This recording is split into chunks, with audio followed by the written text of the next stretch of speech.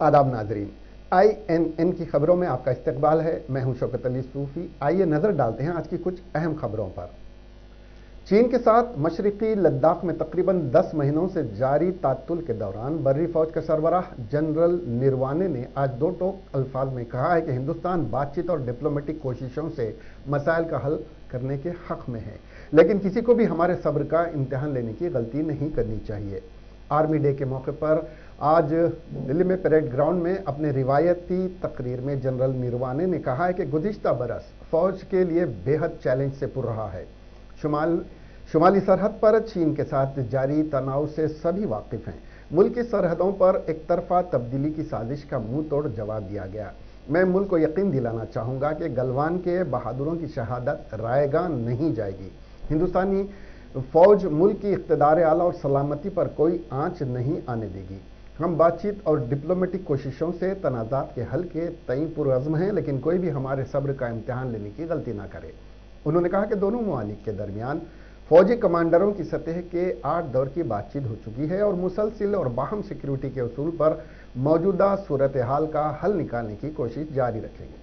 मशरक़ी लद्दाख में LAC पर तैनात जवानों के हौसले का जिक्र करते हुए उन्होंने कहा कि ज़बरदस्त ठंड और मुश्किल सूरत हाल के बावजूद हमारे फौजियों का अज़्म इन पहाड़ियों की चोटियों से ज़्यादा बुलंद है, जिनकी वो मुस्तैदी के साथ निगरानी कर रहे हैं। परंपरा जिसमें शौर्य, पराक्रम और बलिदान के मूल्यों का निर्वाह करती आई है भारतीय सेना, उसी का 73वां सेना दिवस समारोह आज यहां भारत की राजधानी दिल्ली में स्थित भव्य करियप्पा परेड ग्राउंड पर एक उत्सव, एक राष्ट्रीय पर्व, जिसके लिए देश और विदेश में रहने वाले सभी भारतवासियों को हार्दिक अभिनंदन एवं बधाई।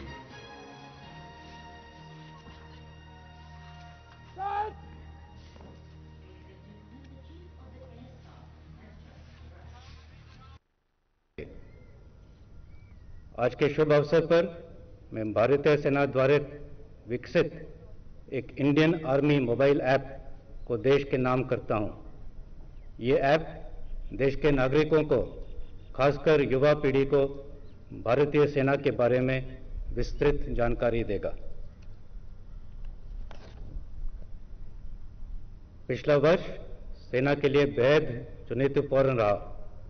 उत्तरी सीमाओं पर चीन के साथ चल रहे तनाव से आप परिचित हैं। देश के सीमाओं पर एक तरफा बदलाव की साजिश को मुंह तोड़ जवाब दिया गया। मैं देश को विश्वास दिलाना चाहूँगा कि गलवान की वीरों की शहादत व्यर्थ नहीं जाएगी। भारतीय सेना देश के संप्रभुता और सुरक्षा पर कोई आंच नहीं आने देगी। हम बातचीत और राजनीतिक प्रयासों से विवादों का समाधान के प्रति प्रतिबद्ध हैं, लेकिन कोई भी हमारे धैर्य की परीक्षा करने की गलती ना करें। स्थिति को नियंत्रण में लाने के लिए भारत और चीन के बीच सीनियर मिलिट्री कमांडर्स की अब तक 8 वार्ता हो चुकी हैं। म्यूचुअल और इक्वल सिक्योरिटी के सिद्धांत पर मौजूदा स्थिति का हल निकालने के लिए हमारे प्रयास जारी रहेंगे। भारी ठंड और कठिन परिस्थितियों के बावजूद हमारे सैनिकों का मनोबल उन पर्वत शिखरों से भी बहुत ऊंचा है जिसकी वो मुस्तैदी से रक्षा कर रहे हैं। दूसरी तरफ नियंत्रण रेखा पर भी दुश्मन के हर नापाक इरादे का करारा जवाब दिया। सदर जमहूरिया हिंद रामनाथ कोविंद ने आर्मी डे पर बहादुर जवानों को मुबारकबाद और नेक तमन्नाएं पेश की। उन्होंने ट्वीट करके कहा कि आर्मी डे पर हिंदुस्तानी फौज के बहादुर जवानों को मुबारकबाद। उन्होंने कहा कि हम इन बहादुर जवानों को याद करते हैं जिन्होंने कौम के लिए अपनी आला कुर्बानियां दी। उन्होंने कहा कि हिंदुस्तान इन बहादुर और पुरअज़्म फौजियों, साबिक़ा फौजियों और उनके कुंबों के तय हमेशा शुक्रगुजार रहेंगे। इस मौके पर वज़ीर-ए-आज़म नरेंद्र मोदी ने भी आर्मी डे के मौके पर फौजियों और उनके कुंबों को मुबारकबाद देते हुए कहा कि हमारी फौज मजबूत, बहादुर और पुरअज़्म है, जिसने हमेशा फ़ख्र से मुल्क का सर बुलंद किया। मोदी ने आर्मी डे के मौके पर ट्वीट करके कहा, मादर वतन की हिफाजत में लम्हा मुस्तैद मुल्क के ताकतवर फौजियों और उनके अहल खाना को आर्मी डे की मुबारकबाद। हमारी फौज मजबूत, बहादुर और पुरअज़्म है, जिसने हमेशा मुल्क का सर फख्र से बुलंद किया है। तमाम अहले वतन की तरफ से हिंदुस्तानी फौज को मेरा सलाम। मुल्क में हर साल 15 जनवरी को आर्मी डे लेफ्टिनेंट जनरल, बाद में फेडरल मार्शल के.एम. करियप्पा को हिंदुस्तानी फौज का आला कमांडर का ओहदा संभालने की याद में मनाया जाता है। फील्ड मार्शल करियप्पा ने 15 जनवरी 1949 को बरतानवी इक़्तिदार के दौरान हिंदुस्तानी फौज के आखिरी बरतानवी आला कमांडर जनरल राय फ्रांसिस बोचर से ओहदा संभाला था। ये दिन फौजी परेडों, फौजी नुमाइशों और दीगर सरकारी तकरीबात के साथ नई दिल्ली और तमाम फौज के सदर दफातर में मनाया जाता है। इस दिन इन तमाम बहादुर जंगजों को भी सलाम पेश किया जाता है, जिन्होंने अपने मुल्क और अवाम की फलाह और बहबूद के लिए अपनी जिंदगियां कुर्बान कर दी। पंचायत राज और देही तरक्की के वजीर एराबली दयाकर राव ने वादे किया है कि हुकूमत का मकसद देहातों को तरक्की दिलवाना है। वजीर एराबली दयाकर राव ने पंचायती राज, देही तरक्की और दीगर मुतालिका अहदेदारों के साथ एक इजलास मुनक्किद करते हुए तबादले ख्याल किया। इस मौके पर वजीर एराबली दयाकर राव ने खिताब करते हुए कहा कि वाईकुंठ धाम और देहातों में ज़ेर इल्तवा तरक्याती कामों की तकमील के अहदेदारों को उन्होंने हिदायत दी। उन्होंने कहा कि चीफ मिनिस्टर के चंद्रशेखर राव और वजीर के.टी. रामा राव देहातों की तरक्की के लिए पुरअज़्म हैं। उन्होंने याद दिलाया कि हालिया वजारती इजलास में वजीर आला ने हमारे महकमों की कारकर्दगी को सराहा। वजीर एराबली दयाकर राव ने अहदेदारों को तमाम काविशों और पर मुबारकबाद के साथ जोश व खरोश से काम करने पर जोर दिया। भारतीय जनता पार्टी के रुकने पार्लियामान डी अरविंद ने आज मीडिया से बात करते हुए कहा कि मरकजी हुकूमत निजामाबाद के हल्दी के किसानों की मदद कर रही है। इसके लिए मरकजी हुकूमत ने स्पाइसेस बोर्ड का रीजनल सेंटर यहां कायम किया था। जगतियाला और निजामाबाद अजला हल्दी की पैदावार के मरकज हैं। वजीर तोमर जी ने हर किसान को खत लिखकर बताया कि हुकूमत ने गांव और अजला में इंफ्रास्ट्रक्चर की तरक्की के लिए 1 लाख करोड़ रुपए मुख्तस किए हैं। मोदी सरकार ने हल्दी के इंपोर्ट पर पाबंदी लगा दी है और पिछले साल 4 हल्दी की ट्रेनें बांग्लादेश को एक्सपोर्ट की गई थीं। जो भविष्य है उसके लिए मोदी जी की गवर्नमेंट निज़ामाबाद क्षेत्र में जो सबसे ज़्यादा हल्दी उगाती है उधर स्पाइसेस बोर्ड का रीजनल ऑफिस और एक्सटेंशन सेंटर को एस्टैब्लिश किया था पिछले साल।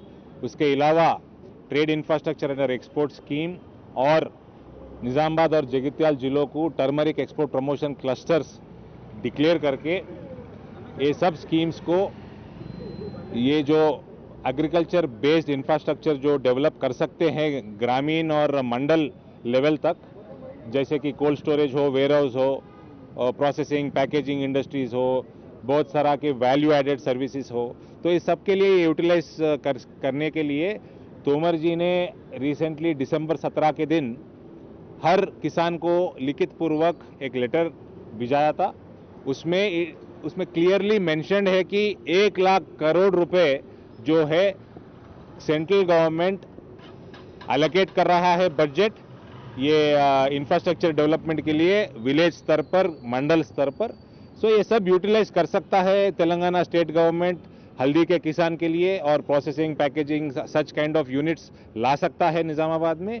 इसके अलावा मोदी जी की सरकार ने जो इंपोर्ट करता था इतने साल से भारत देश तो हल्दी को वो बैन किया है पिछले साल और निज़ामाबाद को एक एक्सपोर्ट बना दिया है। पिछले साल 4 ट्रेन जो है हल्दी लेकर बांग्लादेश को भी एक्सपोर्ट किए थे हम लोग निज़ामाबाद से। सो ये सब के लिए हम लोग मोदी जी की गवर्नमेंट को स्पेशली पीयूष गोयल जी को जो कॉमर्स और रेलवेज मिनिस्टर है और तोमर जी को जो एग्रीकल्चर मिनिस्टर है, ये लोग सब बहुत प्रोएक्टिव थे हमारे हल्दी के किसान के इश्यूज को सॉल्व करने और ये सब एक पॉलिसी बनाकर एक फ्रेमवर्क बनाकर उसके लिए बजट भी आज एलोकेट कर सेंट्रल गवर्नमेंट अपना काम कर रहा है। मीनवाइल ये सब इंफ्रास्ट्रक्चर डेवलप होकर किसान के लिए एक सपोर्ट बेस्ड सिस्टम तैयार होने के लिए रियासती वजीर कबायली बहबूद सत्यवती राठौड़ ने इस महीने की 16 तारीख को कोविड वैक्सीनेशन ड्राइव के मौके पर जिले महबूबाबाद के ZPC ऑफिस में वैक्सीन की तकसीम के इंतजाम से मुताल्लिक मुनक्किद किए गए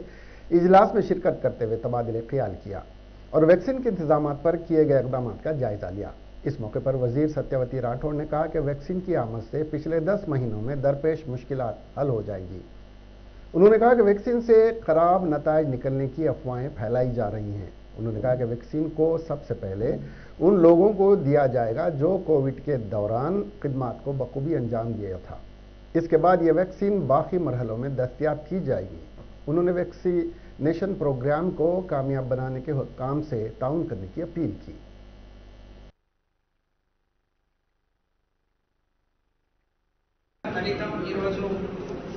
కోవిడ్ వ్యాక్సిన్ వచ్చింది. సుమారు 10 నెలలు అయిపోయింది మనకి కోవిడ్ వచ్చి. 10 నెలల తర్వాత ఆ రోజు అనేక మంది ముఖ్యమంత్రి గారు పారాసిటమాల్ వేసుకుంటే తగ్గిపోతుంది అని అంటే మరి అవహేళన చేశారు. కానీ జరిగింది. కొన్ని వేరే రకాల తర్వాత వేరే మందులు కూడా దీన్ని ఉపయోగించడం ద్వారా దాని తీవ్రత ఇంకా తగ్గింది. కానీ 10 నెలల తర్వాత మరి ఈరోజు దానికి సమాధానంగా వ్యాక్సిన్ వచ్చింది. చాలా సంతోషం. రేపటి నుంచి కలెక్టర్ గారు అన్నట్టు మన జిల్లాకు సంబంధించి 4 కేంద్రాల్లో మనం ప్రారంభం చేసుకోబోతున్నాం. అందరికీ ఇవ్వలేదు, అందరికీ ఇవ్వట్లేదు అనే అనుమానాలతో పాటు ఇచ్చే వాళ్ళకి ఏ విధంగా ఉండబోతుందనే అనుమానాలు కూడా చాలా మందికి ఉన్నాయి. ఎలాంటి ఆందోళన అవదు.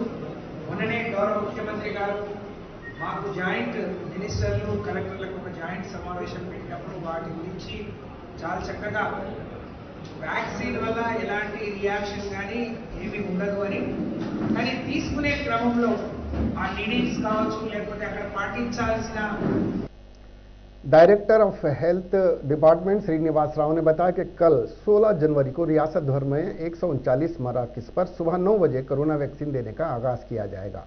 वज़ीर-ए-आज़म नरेंद्र मोदी रास तौर पर रियासत के 2 मराकज़ गांधी हॉस्पिटल और नारसंगी दवाखाने से रब्त में आते हुए कोरोना वैक्सीन लेने वालों से बात करेंगे। उन्होंने बताया कि पहले मरहले में ग्रेटर हैदराबाद में 13 मराकज़ यानी मेडचल मलकाजगिरी में 11 और रंगारेड्डी में 9 मराकज़ कायम किए गए हैं। डायरेक्टर श्रीनिवास राव ने बताया कि ग्रेटर हैदराबाद में 18,700 खुराक देने के इकदाम किए जाएंगे। उन्होंने बताया कि कल दिए जाने वाले corona vaccination health workers, police मुलाजमीन, होमगार्ड, म्यूनसिपल वर्कर्स और दीगर उसमें शामिल हैं। कोरोना वैक्सीन के इंतजाम का जायजा लेने के लिए डिस्ट्रिक्ट कलेक्टर हैदराबाद ने गांधी अस्पताल पहुंचकर मुआयना किया। एमएलसी के कविता ने सड़क हादसे में जाँ बहक होने वाले जवान मोतीलाल के अफराद खानदान से इजहार ताज़ियत किया है। कविता ने दुख का इजहार करते हुए कहा कि मुल्क के दिफा के लिए फौज में शामिल होने वाले मोतीलाल की सड़क हादसे में मौत अफसोसनाक है। एमएलसी कविता ने मोतीलाल के अफराद खानदान की हर तरह की मदद की यकीन दहानी कराई। जिले निजामाबाद के इंदलवाई मंडल मेघा नायक तांडा का रहने वाला 25 साल मोतीलाल 28 दिसंबर को सदाशिव नगर मंडल के दिग्गी पेश आए एक सड़क हादसे में शदीद जख्मी हो गया था। उसे फौरी तौर पर हैदराबाद के आर्मी अस्पताल मुंतकिल किया गया था, जहां वो आज सुबह जख्मों की ताब न लाते हुए चल बसा। Director medical education doctor Ramesh Reddy ने अस्पतालों में वैक्सीनेशन के इंतजाम का जायजा लिया। इस मौके पर मीडिया से गुफ्तगू करते हुए रमेश रेड्डी ने कहा कि कल 139 मराकज़ में वैक्सीनेशन शुरू होगी। यह वैक्सीनेशन हामिला ख़वातीन, जच्चा या हेमोफीलिया के शिकार अफराद को नहीं दी जाएगी। 18 साल से कम उम्र अफराद को कोरोना वैक्सीन नहीं दिया जाएगा। वो लोग जो कोरोना से सेहतियाब हो चुके हैं और 4 हफ्ते गुजर चुके हैं, उन्हें वैक्सीन दिया जा सकता है। वैक्सीन के गलत असरात मुरत्तब होने का कोई इम्कान नहीं है। 1 लाख में से एक को एक बड़ा मसला पैदा हो सकता है। डीएमई रमेश रेड्डी ने बताया कि वैक्सीन लेने के बाद अगर कोई बीमार होते हैं तो उनके इलाज के लिए 57 अस्पताल कायम कर दिए गए हैं। साबिक मरकजी वजीर और महाराष्ट्र के साबिक गवर्नर विद्यासागर राव ने कहा है कि तेलंगाना में बीजेपी के इख्तिदार में आएगी। विद्यासागर राव ने जिला विकाराबाद के अंतागिरी का दौरा करते हुए श्री अंता पद्मनाभ स्वामी मंदिर के दर्शन किए और पूजा में हिस्सा लिया। बाद में उन्होंने मीडिया से बात करते हुए कहा कि बीजेपी के ताउन से ही तेलंगाना का हुसूल मुमकिन हो सका। उन्होंने कहा कि बीजेपी के हर कारकुन की ख्वाहिश है कि उनकी मौत के बाद उनकी नाश पर बीजेपी का परचम उड़ाया जाए और यही वजह है कि वो पार्टी में दोबारा शामिल हो गए हैं।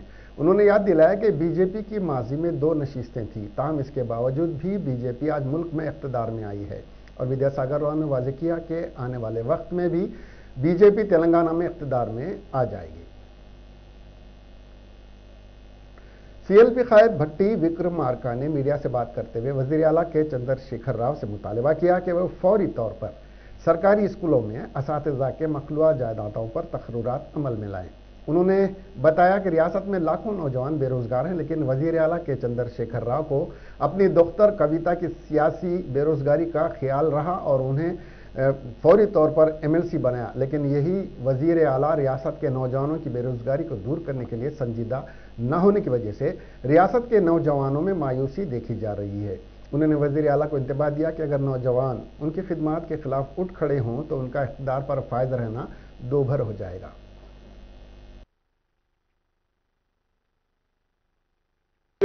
ఈ రిటైర్ అయినటువంటి వాళ్ళని కూడా కలుపుకుంటే ఈరోజు దాదాపు 2.5 లక్షల దాటిపోయి ఉద్యోగాలన్నీ కూడా ఖాళీలు ఉన్నాయి. ఆ ఖాళీలు ఏర్పడినటువంటి ఉద్యోగాలు కూడా భర్తీ చేయలేనటువంటి దుస్థితిలో రాష్ట్ర ప్రభుత్వం ఉంది. మనం చూస్తూ ఉన్నాం.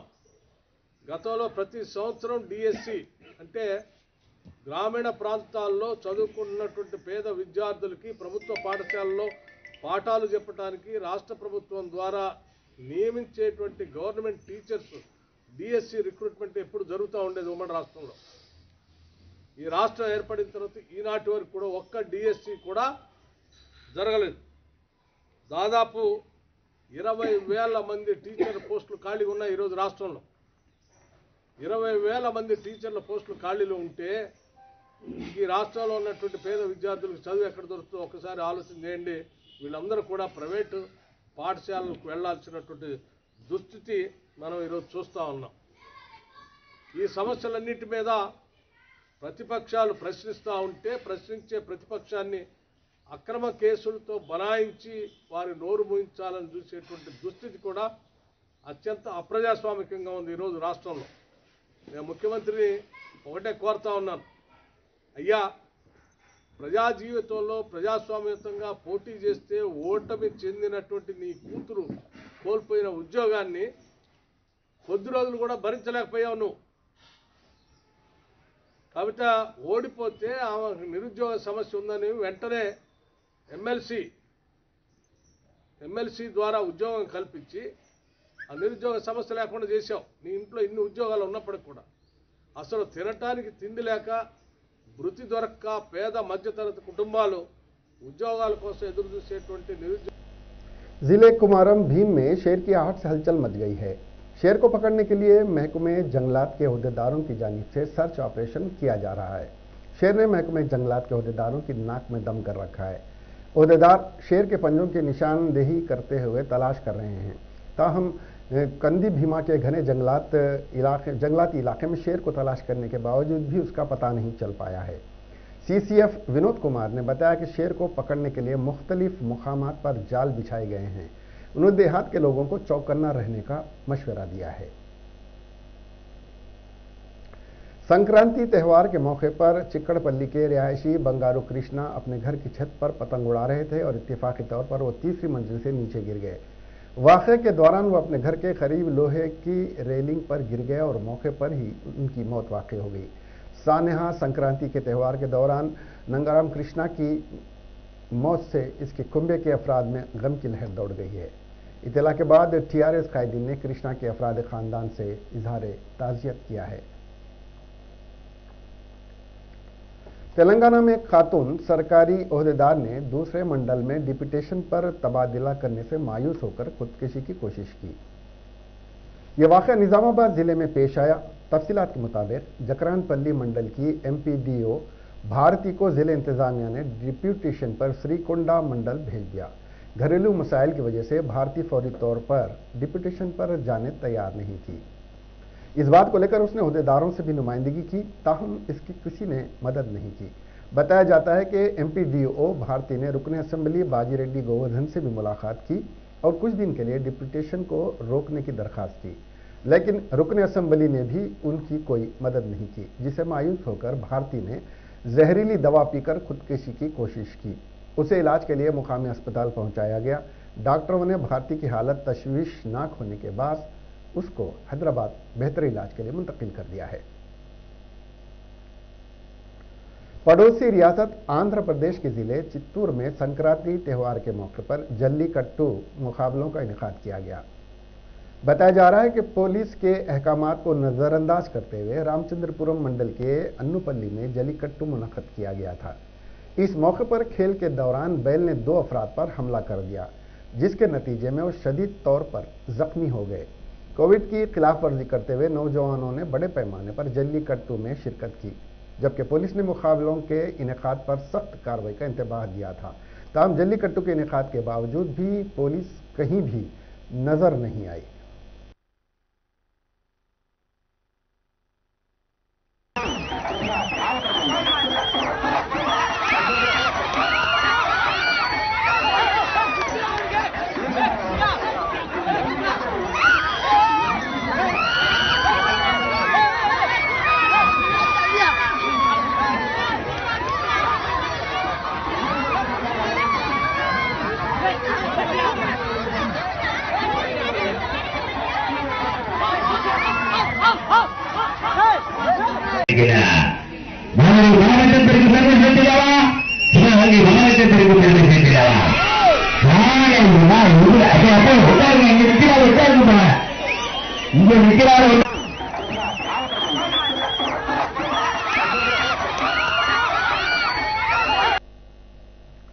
एयर इंडिया आज से हैदराबाद तो अमेरिका रास्त फ्लाइट शुरू कर रहा है। एयरलाइन जराये के मुताबिक बोइंग 777LR एयरक्राफ्ट पहली मरतबे 15 जनवरी को हैदराबाद से शिकागो के लिए परवास करेगी और यह फ्लाइट हफ्ते में 1 मरतबे हर जुमा को रहेगी, जो हैदराबाद से 12:50 शब रवाना होगी और शिकागो शाम 6:50 पर मुकामी वक्त के मुताबिक पहुंचेगी। राजीव गांधी इंटरनेशनल एयरपोर्ट के जराये के मुताबिक एयरक्राफ्ट 238 की सीट कैपेसिटी के साथ, जिसमें 8 फर्स्ट क्लास, 35 बिजनेस क्लास और 195 इकोनॉमी क्लास सीट रहेंगी, इस रूट पर परवास करेगी। तेलंगाना में गुज़िश्ता 24 घंटों के दौरान कोरोना वायरस के 202 मुस्बित केसेस दर्ज हुए और 2 अफराद की मौत हो गई। इससे रियासत में कोरोना केसेस की कुल तादाद 2,90,916 हो गई है। आंध्र प्रदेश में 24 घंटों में कोरोना के 179 नए केसेस हुए, जिससे मजमूई तादाद बढ़कर 8,85,000 से तजावुज कर गई है।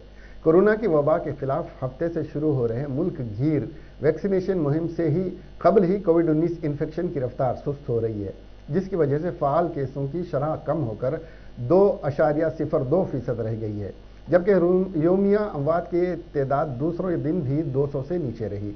सेहत की मरकजी वजारत की जानिब से जुमा को जारी किए गए आदाद शुमार के मुताबिक गुज़िश्ता 24 घंटों के दौरान इन्फेक्शन के 15,590 मामले सामने आए हैं, जिससे मुतासर अफराद की तादाद 1,05,27,000 से ज्यादा हो गई है। मेरठ की रहने वाली तेजाब मुतासिरा शिवानी को 2 साल की कानूनी लड़ाई के बाद आज इंसाफ मिला। दरअसल 2018 में एक स्कूल के मैनेजर ने शिवानी पर तेजाब डलवाकर शिवानी के चेहरे के साथ उसकी जिंदगी भी बर्बाद कर दी थी, लेकिन शिवानी के घर और ससुराल वालों ने शिवानी का साथ नहीं छोड़ा और आज उसी साथ और जुल्म के खिलाफ लड़ने के जज्बे की वजह से शिवानी को इंसाफ मिला है और 6 मुजरिमों को जिला कोर्ट ने उम्र कैद की सजा सुनाई है। एडीजीसी क्रिमिनल मुकेश मित्तल के मुताबिक तेजाब केस के मामले में ये पहली मरतबा हुआ है कि मुजरिमों को उम्र कैद की सजा सुनाई गई है। इससे पहले लक्ष्मी अग्रवाल केस में भी महज 10 साल की सजा दी गई थी।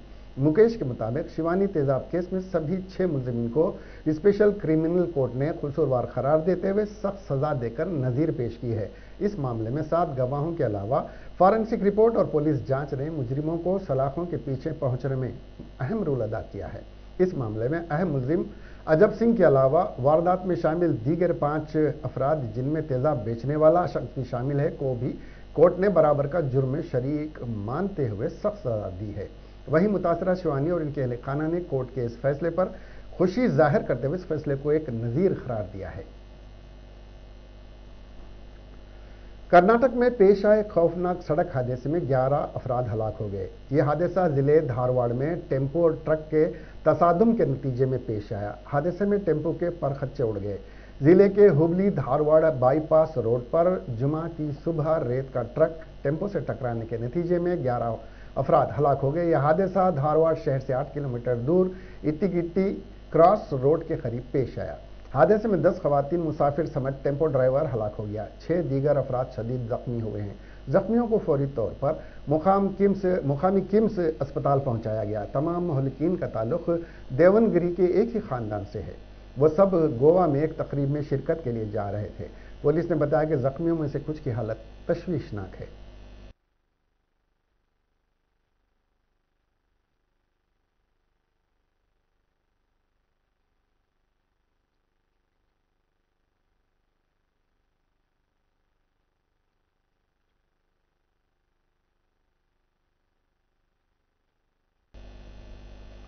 मगरबी दिल्ली के कीर्ति नगर इलाके में कबाड़ की दुकान में आग लग गई, जिसमें 3 अफराद की झुलसने से मौत हो गई। मगरबी दिल्ली के पुलिस डिप्टी कमिश्नर दीपक पुरोहित ने जुमा के रोज बताया कि गुज़िश्ता देर रात कीर्ति नगर के कमला नेहरू कैंप में कबाड़ की दुकान में आग लग गई। आग की इत्तला मौसूल होते ही जाए वक़ू पर पुलिस और फायर ब्रिगेड के एहलकार पहुंचे। आग टूनी महतू की 50 की कबाड़ की दुकान में लगी और जल्द ही दुकान के ऊपर बनी झुग्गियों में फैल गई। उन्होंने बताया कि आग पर फौरी तौर पर काबू पा लिया गया और बेशतर अफराद खाना को महफूज निकाल लिया गया। आग बुझाने के बाद वहां से 2 लाशें बरामद हुई जो मुकम्मल तौर पर झुलस गई थी। उनकी शनाख्त नहीं हो सकी, लेकिन एक की उम्र 20 साल है जबकि दूसरे की उम्र 8 से 10 साल के दरमियान हो सकती है। सदर रामनाथ कोविंद ने अयोध्या में राम मंदिर की तामीर के लिए 5,01,000 रुपए का अतिया दिया। वीएचपी के बैनुल अक़वामी वर्किंग सदर आलोक कुमार, राम मंदिर भूमि तीर्थ क्षेत्र ट्रस्ट के काजिम, मंदिर के तामीराती कमेटी के सरबराह गोविंद देवगिरी और साबिक़ ब्यूरोक्रेट नरपेंद्र मिश्रा पर मुश्तमिल वफ्द ने सदर रामनाथ कोविंद से राष्ट्रपति में मुलाकात की और मंदिर की तामीर के लिए अतिया वसूल किया। वाज़ेह है कि राम मंदिर की तामीर के लिए आज से मुल्क भर में अतियात वसूल किए जा रहे हैं। मगरबी बंगाल में असेंबली इंतखाबात के पेश नज़र सभी पार्टियों ने एक दूसरे पर इल्ज़ाम तराशी का सिलसिला तेज कर दिया है। एक तरफ जहां भारतीय जनता पार्टी ने तृणमूल कांग्रेस में तोड़फोड़ करते हुए उसके कई अहम लीडरों को अपनी तरफ खींच लिया है, वहीं तृणमूल कांग्रेस के सरकर्दा लीडरान अवाम के दरमियान जाकर बीजेपी के नुकसान शुमार करा रहे हैं। इस दरमियान तृणमूल कांग्रेस की मशहूर और मारूफ खातून लीडर और रुकन पार्लियामेंट नुसरत जहां ने जलसे के दौरान बीजेपी को कोविड-19 से भी ज्यादा खतरनाक वायरस ठहराया और साथ ये भी कहा कि अगर बीजेपी मगरबी बंगाल में बरसरे इख्तिदार होती है तो मुसलमानों की उल्टी गिनती शुरू हो जाएगी। बेशतर हाट से रुकन पार्लियामेंट बशीर हाट से रुकन पार्लियामेंट नुसरत जहां ने मगरबी बंगाल के शुमाल 24 परगना के मुस्लिम अक्सरियती इलाके दिगंगा में इंतखाबी तशहीर के दौरान अपने बयान में कहा कि आप लोग अपनी आंख कान खोल कर रखिए, बीजेपी जैसा खतरनाक वायरस घूम रहा है। ये पार्टी मज़ाहिब के दरमियान तफरीक और आदमी के दरमियान फसाद कराती है। मरकजी वजीर सेहत डॉक्टर हर्षवर्धन ने कहा कि कोई भी शख्स कोरोना वायरस के वैक्सीन लेने से कोरोना वायरस से मुतासिर नहीं होता है। डॉक्टर हर्षवर्धन ने ट्वीट सीरीज में कोरोना वैक्सीन से मुताल्लिक़ गलतफहमियां वाज़ेह करते हुए कहा कि कोरोना वैक्सीन लेने से कोई भी शख्स कोरोना वायरस से मुतासिर नहीं होता है। कोरोना वैक्सीन लेने के बाद हल्का बुखार कोरोना वायरस की अलामत नहीं समझा जाना चाहिए। उन्होंने कहा कि कुछ लोगों को हल्का बुखार हो सकता है, इंजेक्शन वाली जगह पर दर्द हो सकता है और कोरोना वैक्सीन लेते वक्त जिस्म में दर्द हो सकता है। ये आम अलामात हैं जो कुछ दूसरे वैक्सीन लेने के बाद होती हैं। ये सारे मसाइल कुछ अरसे बाद खुद ब खुद खत्म हो जाते हैं। मरकजी वजीर ने एक बार फिर इस बात का इयादा किया कि लोगों को इन अफवाहों पर तवज्जो नहीं दी जानी चाहिए कि कोरोना वैक्सीन लेने से मर्द और खवातीन में बांझपन पैदा होता है। वाज़ेह के कबल जी ये अफवाहें फैलाई गई थीं कि कोरोना वैक्सीन लेने से मर्द नामर्द हो जाते हैं और औरतें बच्चा पैदा नहीं कर सकती हैं।